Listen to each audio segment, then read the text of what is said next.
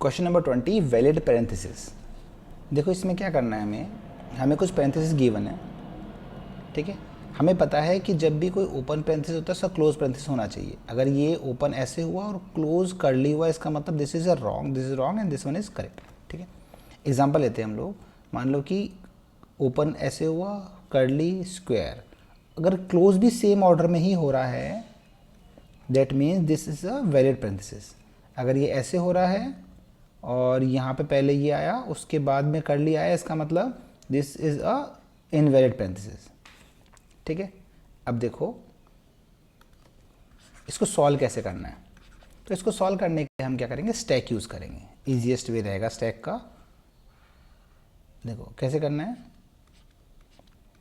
समझ लो ये एग्जांपल लेते हैं हम लोग।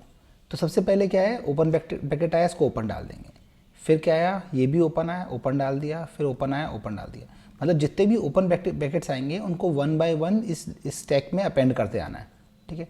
अब क्लोज आया तो पहले क्लोज जैसे आया तो पहले क्लोज का पार्टनर चेक करेंगे। पार्टनर क्या होगा, क्लोज का पार्टनर, इस वाले क्लोज का पार्टनर, स्क्वायर क्लोज का पार्टनर ये रहेगा। तो ये जो है ये टॉप में होना चाहिए यहाँ पे, ठीक है। अगर टॉप में है दैट मीन्स कि ये वाला पार्ट है, ये वैलिड है। तो हम क्या करेंगे, टॉप से इसको पॉप कर देंगे तो ये सी निकल जाएगा। तो यहाँ पे अब कुछ भी नहीं है, ठीक है। उसके बाद फिर से क्या आया, कर्ली ब्रेस आया, ये क्लोज वाला है। तो इस क्लोज वाले का हम पार्टनर चेक करेंगे, ये ओपन वाला। अब टॉप पे क्या होगा, ये होगा, तो ये सही है तो इसको भी निकाल देंगे हम लोग। फिर लास्ट में ये वाला क्लोज आया, इस क्लोज को ओपन क्या रहेगा, ये रहेगा। तो यहाँ पे क्या है, इसको भी निकाल देंगे। इसका मतलब अब लेंथ ऑफ दिस स्टैक क्या हो गई, 0। अगर लेंथ ऑफ स्टैक अगर 0 हो गई that means this is a valid parenthesis.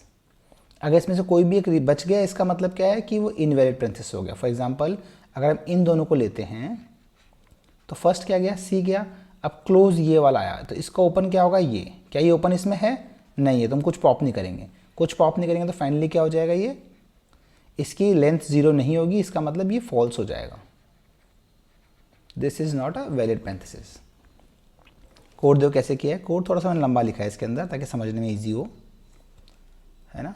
देखो सिंपल, स्टैक लिया, एक एम्प्टी स्टैक ले लिया हमने, ठीक है।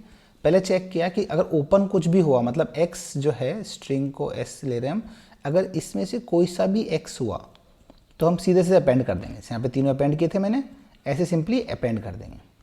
और उसके बाद जैसे क्लोज आया, जैसे मैं ये एग्जाम्पल लेके चल रहे हैं, अब क्लोज आया तो क्लोज आएगा ना, समझ लो ये क्लोज आया, ये अपन एग्जाम्पल लेते हैं, ये वाला मान लो,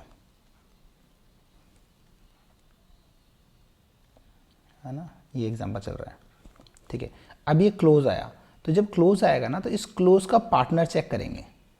अगर ये क्लोज है तो इस क्लोज का पार्टनर क्या है, ये पार्टनर है। अगर टॉप पर, टॉप कैसे देखेंगे, -1 करेंगे तो टॉप आ जाएगा, एंड ऑफ द लिस्ट। तो अगर टॉप पर अगर हम देखिए, अगर टॉप पर अगर हमें क्लोज मिल रहा है उससे इसका पार्टनर ही मिलेगा तो ही हम इसको पॉप करेंगे। क्लियर। अब क्या हुआ, देखो मैं समझाता हूँ कि मैंने ये वाली कंडीशन क्यों ली है, ठीक है। देखो सिमिलरली